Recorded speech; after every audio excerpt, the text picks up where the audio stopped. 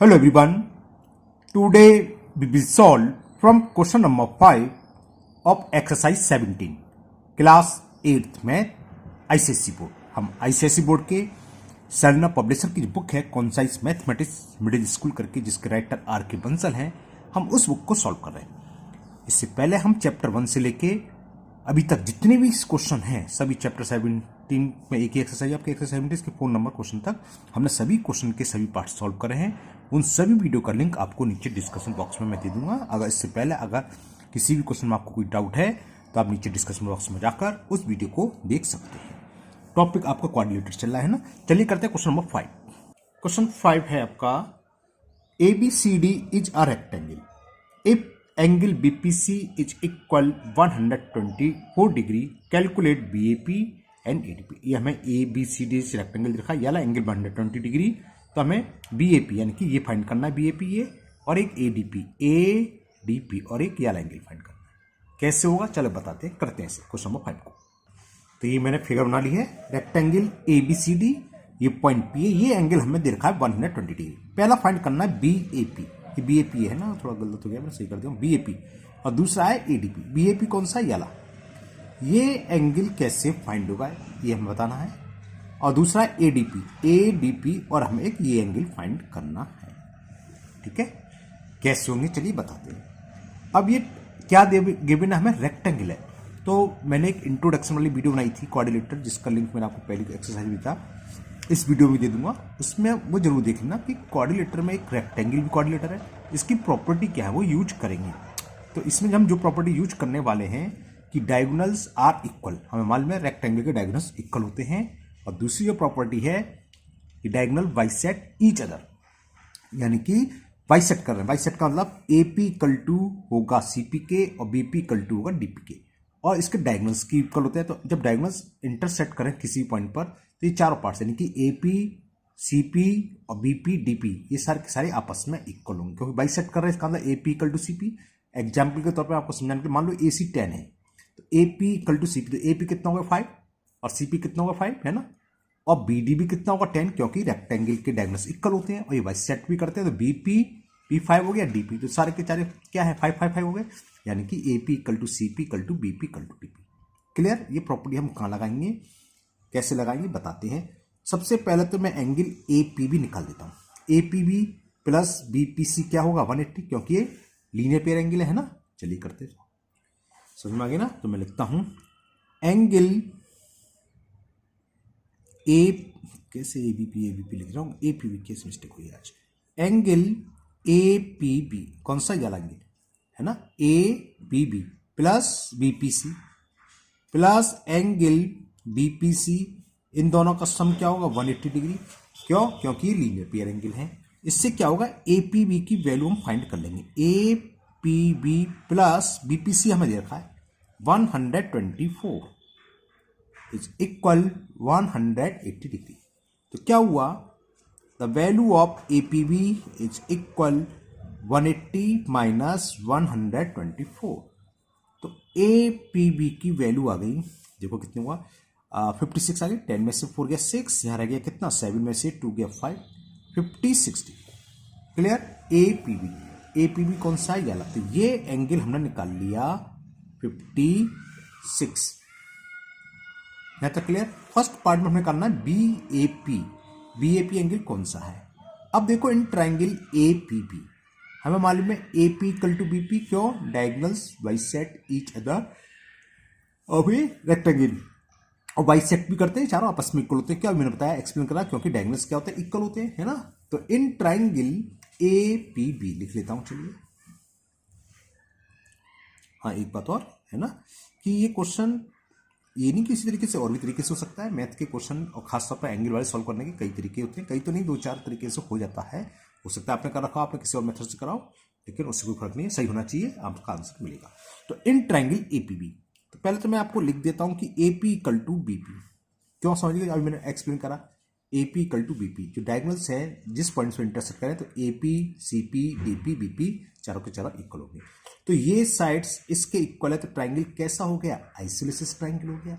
Isosceles triangle का opposite angle क्या होता है, इक्वल, यानी कि याला एंगल इस एंगल के इक्वल होगा। होगा कि नहीं होगा? होगा ना, बात समझ में आ गई? तो वही मैं लिखने वाला हूँ अब। क्या? A P equal to B P, so angle B A P is equal angle A B P. ये रहा बी ए पी है, B A P equal to A B P. Clear? अब इस ट्राइंगल में एंगल सम प्रॉपर्टी लगा दो भाई। तीनों एंगल का सम क्या होता है? 180, वो लगाने वाले हैं। कौन सी बात चली है? इन ट्राइंगल एपीबी की। तो angle BAP plus angle ABP plus angle APB, तीनों एंगल का सम 180 डिग्री होगा। एंगल सम प्रॉपर्टी दोबारा से देख लो, मैंने ट्राइंगल लिया था एपीबी, तो यह एंगल इसलिए लिखा मैंने बीएपी, इसको क्या लिखेंगे? एबीपी, और ये क्या है? पीपीए या एपीबी, कुछ भी लिख लो, है ना, वो मैंने लिख लिया। ठीक है, अब ये हमें दे रखा है बीएपी इक्वल टू एबीपी है, यानी कि एबीपी की जगह हम बीएपी लिख सकते हैं, क्योंकि हमें एंगल बीएपी फाइंड करना है। तो मैंने एबी की जगह एबीबी की जगह बीएपी लिख लिया प्लस एपीबी। एपीबी की वैल्यू आपको सामने दिखाई दे रही है, ये स्क्रीन पर 56 180 डिग्री। बीएपी बीएपी 2 टाइम्स हो गया, 2 times angle BAP is equal 180 minus 56 को लेफ्ट से राइट लेके तो माइनस का हो गया, तो 2 टाइम्स ऑफ एंगल बीएपी, ये हो गया 10 में से 6 सब्ट्रैक्ट करा 4, यहां क्या रह गया 7, 7 में से 5 गया 2 और 1 है 124 डिग्री, 2 अपॉन में आ जाएगा। तो ये निकला है फर्स्ट पार्ट के आंसर, तो ये हो गया बीएपी फाइंड करना था 124 अपॉन 2 यानी कि 62, 2 6 जा 2। तो एक पहले का पार्ट तो आपका आंसर आ गया, एंगल द या measure of angle BAP 62 degree. Okay, तो एक तो ये आ गया। अब सेकंड में हमें फाइंड करना है एडीपी। एडीपी कौन सा? ये। अब यहां देखो, अगर मैं ट्राइंगल ए बी डी लूं, दिख गया यार ट्राइंगल ए डी बी, अगर मैं आपको थोड़ा सा समझाने के लिए करूँ, मैंने सीरीज कर दिया ये वाला पोर्शन, ये रेक्टेंगल है तो पूरा का पूरा एंगल 90 डिग्री। क्यों? रेक्टेंगल के ईच एंगल 90 डिग्री होते हैं, हमें पता है। ये कितना होगा अभी जो निकाला, क्योंकि ये एंगल इसके 62, ये 90, ये 62, तो ये निकलाएगा। क्यों? एंगल सम प्रॉपर्टी लगा देंगे इन ट्राइंगल एबीडी, ये एंगल प्लस ये एंगल प्लस ये एंगल, तीनों का सम 180, ये 90 है, ये हमें मालूम है कितना, जितना ये निकल के आया तो जो आया था 62, तो 90 plus 62 plus ADP equal to 180 लगा दो सीधा सीधा। तो चलिए करते हैं सेकंड पार्ट को भी। सेकंड पार्ट के लिए मैं आपको दिखाता हूँ क्या करना होगा, मैं क्या लिखना होगा। सेकंड पार्ट, पहले तो एंगल जो हमने लिया था ऊपर, दोबारा से दिखाता हूँ कि एबीपी इक्वल टू क्या है, बीएपी है ना, तो एबीपी की वैल्यू लिख देते हैं कि angle ABP equal to angle BAP, तो कितना हो गया 62 डिग्री। अब लेते हैं in triangle A B D, दोबारा दिखाना है, दोबारा देख लो, ये ए बी डी, तो angle A plus angle A B D plus angle जो हमसे पूछा है ए डी बी या ए डी पी, एक ही बात है। इन तीनों का सम 180 लिखने वाला हूं, है ना, एंगल सम प्रॉपर्टी के हिसाब से। तो ये हो गया angle B A D plus angle A B D plus angle A D B, जो हमें फाइंड करना है ए डी बी, इन तीनों का सम 180 डिग्री होगा। ठीक है, तो सही याद सही कर दो। अब बी ए डी कितना है, मैंने भी दिखाया था 90 डिग्री। ठीक है ना, मैं एक अलग पेपर पर यहाँ समझा देता हूँ, फिगर छोटी सी बना के, ये था, ये पॉइंट ए है रेक्टेंगल का, छोटे से जितनी हमने ट्रायंगल है वो ले लिया बी ए, और ये पॉइंट है तो 90 डिग्री है, तो इसकी जगह आएगा 90 डिग्री। और बी ए पी कितना है 62, और बी ए पी बराबर किसका था, बी ए पी की जगह देखो क्या आएगा, बी ए पी, फिगर आप दिखाई देता हूँ,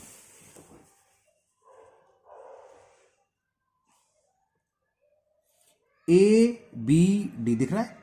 इस एंगल को चाहे ए बी डी बोलो या ए बी पी, एंगल तो ये रहेगा, अगर 30 है तो 30 रहेगा, इसको आगे बढ़ा लो, बात समझ आएगी। तो ए बी डी की या ए बी पी एक ही बात है ना, ए बी डी या ए बी पी की बात होगी। इसी तरह यहां बी ए डी और एक लिया था हमने एंगल बी ए पी, ठीक है, तो क्या हुआ, ये तो 90 हो गया ए बी डी, और यहाँ पर पॉइंट था, मैं दिखा दूँ पी, तो बात हो गई ए बी पी, एक ही बात है वो, है ना। और ए बी पी हमें दे रखा है, A B P equal to कितना 62 डिग्री, तो इस ए बी डी जगह वही है जो एंगल ए बी पी है, क्योंकि देखो देख लो ए बी डी या पी पॉइंट है यहाँ भी, तो एक ही बात है, एंगल तो यही रहेगा जो भी है, वो है 62। समझाने के चक्कर में थोड़ी वीडियो बड़ी होती है, वैसे तो ईजी है। और ये हो गया 180 डिग्री, क्लियर। तो इससे ये सॉल्व हो गया। 92 और 62 कितना हो गया, 90 plus 62 152 plus angle A d v is equal 180 degree. तो angle A d v equal to हो गया 180 माइनस 152, ये कितना हो गया 60 28 हो गया 28 डिग्री। 10 में से 2 गया 8 और 7 में से हो गया 2 28। अब देखो दोबारा देखो ए डी बी कौन सा, ये ए डी बी ये है या एंगल, चाहे इसको हम ए डी बी बोले या बीच में पॉइंट पी आ रहा है ए डी पी बोले, क्योंकि इसमें ए डी पी का एक ही बात है, तो ए डी बी की जगह हम लिख सकते हैं A D P. So angle ये डी है ओ नहीं है ना, ए डी पी पूरे फिगर में कहीं ओ है ही नहीं, अगर कहीं आपको ओ लग रहा है तो समझ लो डी है, क्योंकि पूरे फिगर में कहीं ओ आई नहीं है। तो ये हो गया ए डी पी की value 28। Okay, now next question number 6। Question 6, ABCD is a rhombus if BAC, ये एंगल दे रखा हमें BAC 38 डिग्री, फाइंड ACB, ये फाइंड करना है, एंड DAC, ये फाइंड करना है DAC, एंड ADC, और ये फाइंड करना है। चलिए करते हैं, कैसे होगा बताते हैं। तो ये मैंने फिगर बना ली। रोम्बस समझिए, रोम्बस में क्या होती है, चारों साइड्स इक्वल होती हैं। तो फर्स्ट पार्ट तो आपका इजी है। क्यों इजी है बताते हैं। देखो ये एंगल दे रखा है, अगर हम ट्राइंगल एबीसी में देखें तो A B equal to B C, cause क्या होगा साइड्स और रोम्बस। अब इस ट्राइंगल की बात करें, दो साइड्स इक्वल है तो आइसोसेलेस ट्राइंगल हो गया, तो ये एंगल इस एंगल के इक्वल होगा, है ना। तो ये पूछा था पहले मैं एसीबी, तो वही हो जाएगा 38 डिग्री। क्लियर, तो करते हैं फिर फर्स्ट पार्ट का सॉल्यूशन। फर्स्ट पार्ट करते पहले लिखेंगे हम in triangle A B C, A B is equal B C, क्यों है साइड्स ऑफ रोम्बस, रोम्बस की चारों साइड्स इक्वल होती हैं, तो इसलिए दोनों भी इक्वल होंगी। साइड्स ऑफ अ रोम्बस, जब A B equal to B C है तो ए बी का अपोजिट साइड्स एंगल कौन सा है, एंगल ए सी बी, तो angle A C B equal to होगा बी सी, बी सी का अपोजिट एंगल कौन सा है, ये B A B, angle B A B क्या हुआ, opposites angle of equal sides, opposites angles of equal sides, equal sides के opposites angle भी इक्वल होते हैं। तो फर्स्ट पार्ट तो आपका यहीं सॉल्व हो गया। ए सी बी की वैल्यू होगी बी ए बी के, बी ए बी मैंने कुछ गलत लिख लिया, बी ए सी होगा ना, बी ए बी दो बार पैसा ये को बी ए सी, और ये कितना देखा 38 डिग्री। तो फर्स्ट पार्ट का आंसर तो आपका आ गया, the value of angle A C B is 38 degree, जो फर्स्ट में पूछा था इसमें। सेकंड पूछा है DAC, अब DAC है ये एंगल, तो हमने कहा था प्रॉपर्टी याद होनी चाहिए आपको, प्रॉपर्टी याद है तब बता सकते हो ये कितना होगा 38 होगा। क्यों, प्रॉपर्टी क्या बताते, कौन सी प्रॉपर्टी की, diagonals of a rhombus bisect vertex angle, यानी कि जिस वर्टेक्स को हम ज्वाइन कर रहे हैं, डायगोनल्स तो AC है, तो ये AC डायगोनल्स क्या करेगा, A और C दोनों एंगल को बाइसेक्ट करेगा, मतलब दो इक्वल पार्ट्स में डिवाइड करेगा, यानी कि एंगल DAC जो भी लिखा है DAC लिख रहा है इक्वल होगा DAC इक्वल होगा एंगल BAC या BAC या CAB, कुछ भी बोल सकते हैं, एक ही बात है ना। ये दोनों एंगल इक्वल होते हैं और ये एंगल इसके इक्वल होता है। अगर हम ये डायगोनल्स को मिलाएंगे तो यहाँ का एंगल इसके इक्वल होगा डायगोनल्स की वजह से, ये दोनों बाइसेक्ट करेंगे, यानी कि दो इक्वल पार्ट्स में डिवाइड करते हैं वर्टेक्स एंगल को, जो भी डायगोनल्स है। ओके, तो अब ये लिखेंगे सेकंड पार्ट के लिए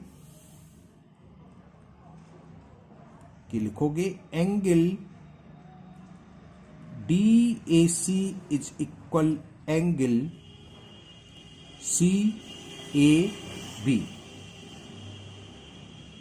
CAB लिख लो या BAC एक ही बात होती है ना।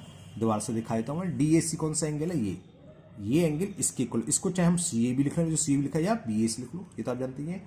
क्यों कॉस लिखना पड़ेगा, क्योंकि AC क्या diagonal bisect the vertex angle, diagonal bisect vertex angle.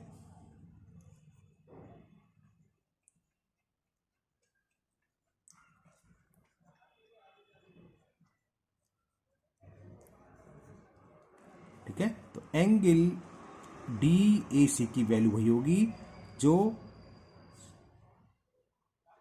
ये मैंने ए सी बी पूछा था, हाँ ठीक है, और हमें दिया रखा था ये एंगल दे रखा है ना बी ए सी के 38 के बराबर होगी, सी ए बी सी में तो 38 डिग्री। समझ में आ गई? एक बार देख लो, सी ए बी या ए सी बी एक ही तो बात है। सी ए बी बोले या बी ए सी क्यों दी एंगल, तो ये एंगल इसके इक्वल होगा, तो ये यही हो गया, बस एक कॉस लिखना था, क्या हुआ 38।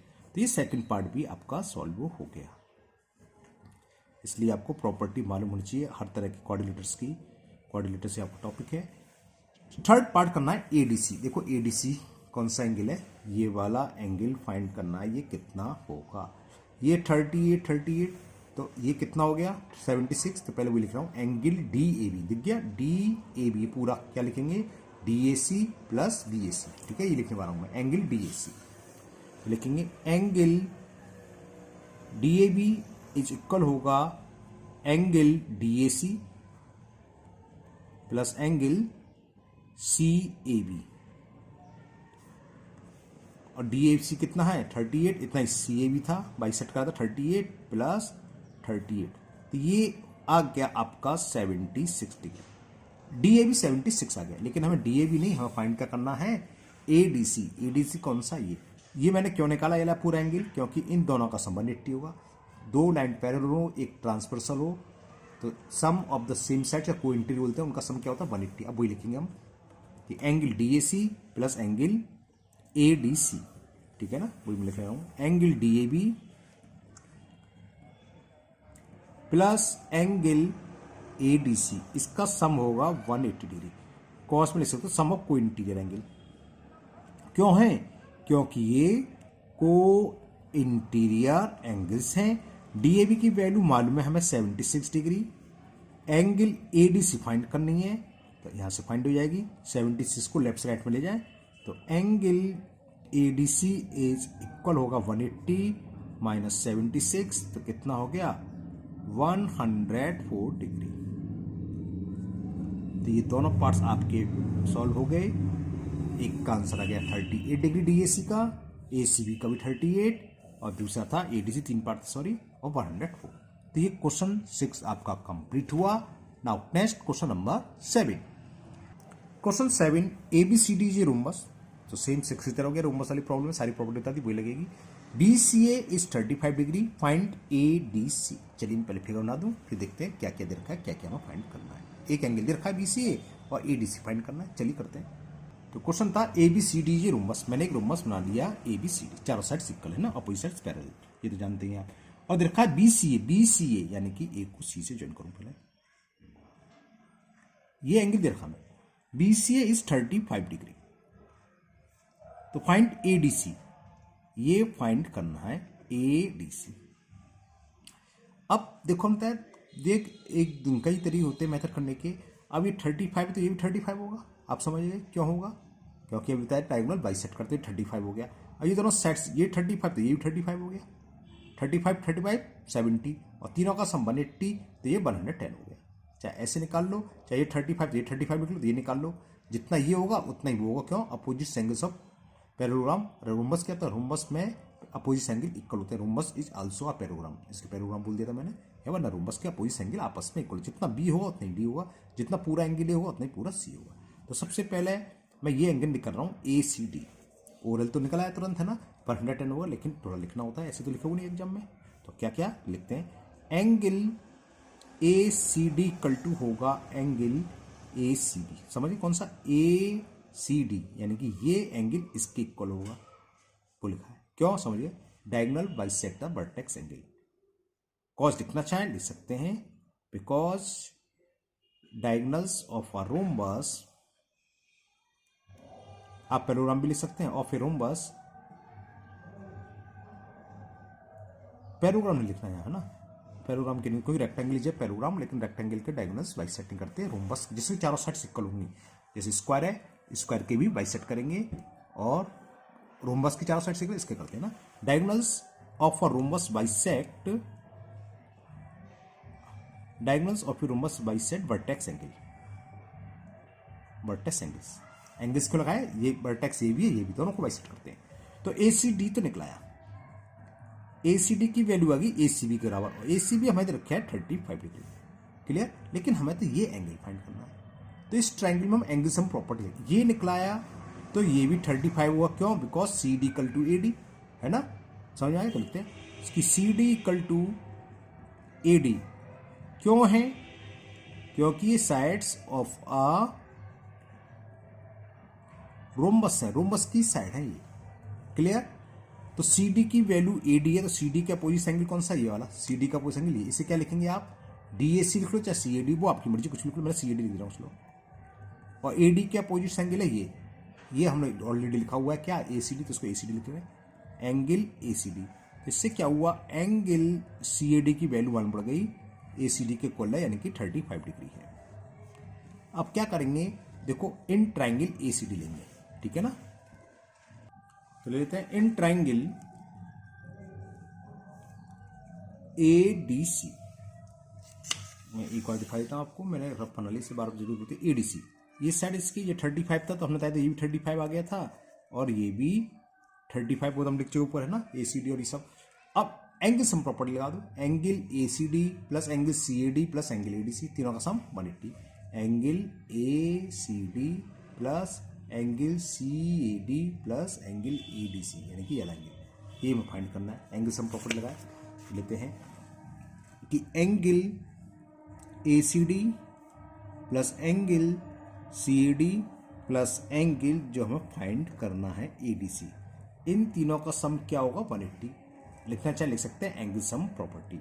ये था 35 डिग्री, ये भी 35 डिग्री, ओरल तो हमने तुरंत बता दी थी 110, लेकिन आप जो एग्जाम में करेंगे तो आपको कुछ लिखना तो होगा, ये स्टाइल करेंगे।